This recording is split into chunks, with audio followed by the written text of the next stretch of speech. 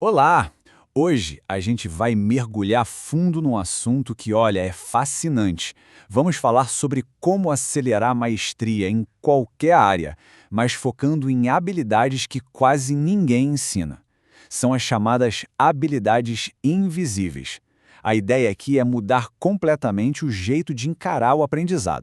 E para começar, já vamos com essa frase aqui que é para chacoalhar um pouco as certezas. Aquela ideia de que, para ser um expert, é só uma questão de tempo e repetição, pois é, ela está prestes a ser desafiada. O segredo é muito mais sutil e, sinceramente, muito mais interessante que isso. Vamos começar desconstruindo o mito que está por aí há muito tempo. Aquela ideia de que o domínio de algo depende só do número de horas que a gente pratica, na verdade isso não conta nem metade da história. Ok, vamos dar uma olhada nisso. De um lado, a gente tem a famosa maratona das 10.000 horas.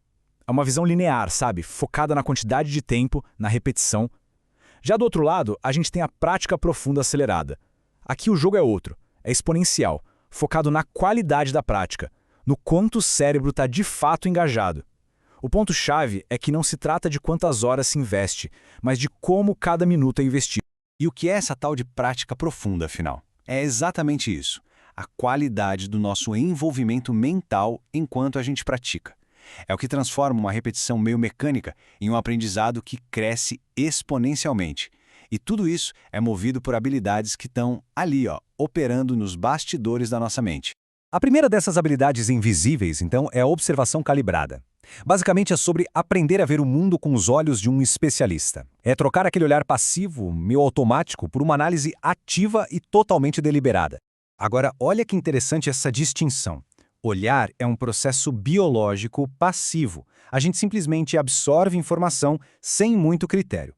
Agora, ver, nesse contexto de maestria, é um processo cognitivo ativo. É uma busca intencional por sinais. É filtrar todo o ruído para encontrar aquilo que realmente importa. Tá, mas como se desenvolve essa habilidade? É um processo de 2 passos bem práticos. Primeiro, antes de fazer qualquer coisa, a gente cria um modelo mental super detalhado do resultado perfeito, o que a gente chama de deveria ser. E segundo, durante a execução, a mente fica o tempo todo comparando o que está acontecendo na realidade com esse modelo ideal, literalmente caçando qualquer desvio. E essa frase aqui, nossa, ela resume tudo. Encontrar essas lacunas, esses desvios, não é um sinal de fracasso. Muito pelo contrário. É a principal fonte de informação para um aprimoramento rápido e eficaz. É aí que o verdadeiro aprendizado acontece. É a mina de ouro. E o benefício disso a longo prazo é simplesmente imenso. Ao praticar a observação calibrada várias e várias vezes, o cérebro começa a reconhecer padrões de forma automática. Com o tempo, as anomalias, os erros, eles simplesmente saltam aos olhos, permitindo correções quase que intuitivas. Isso é o que se chama de consciência situacional elevada. O que nos leva direto para a segunda habilidade essencial, a adaptação dinâmica.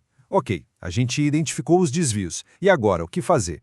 A resposta é evoluir a cada tentativa, agindo como se fôssemos cientistas no nosso próprio laboratório. Essa pergunta aqui é fundamental. A diferença não é que os mestres não falham. Claro que falham, todo mundo falha. A grande diferença está na reação à falha. Para um mestre, a falha não é um beco sem saída, é um ponto de partida para aprender algo novo. E isso nos leva a uma virada de chave mental que é crucial. É preciso ressignificar o erro. Em vez de ver como um fracasso pessoal e levar para o lado pessoal, a gente deve encarar como uma hipótese testada que, olha só, gerou um resultado inesperado. É uma abordagem muito mais desapegada, muito mais analítica. E para colocar isso em prática, existe uma ferramenta poderosíssima, o ciclo AAR, ou revisão pós-ação. É uma análise que pode levar menos de 1 minuto. São 4 perguntas bem diretas. Qual era o plano inicial? O que de fato aconteceu? Por que deu essa diferença? E a mais importante de todas, o que vamos fazer de diferente na próxima tentativa? Mas tipo, agora. Essa ideia aqui é muito forte. A verdadeira marca da excelência é a humildade intelectual. É ter a disposição de abandonar uma ideia ou um método, mesmo que seja o nosso favorito, quando os dados mostram que simplesmente existe um caminho melhor. E isso se conecta perfeitamente com o conceito de humildade radical.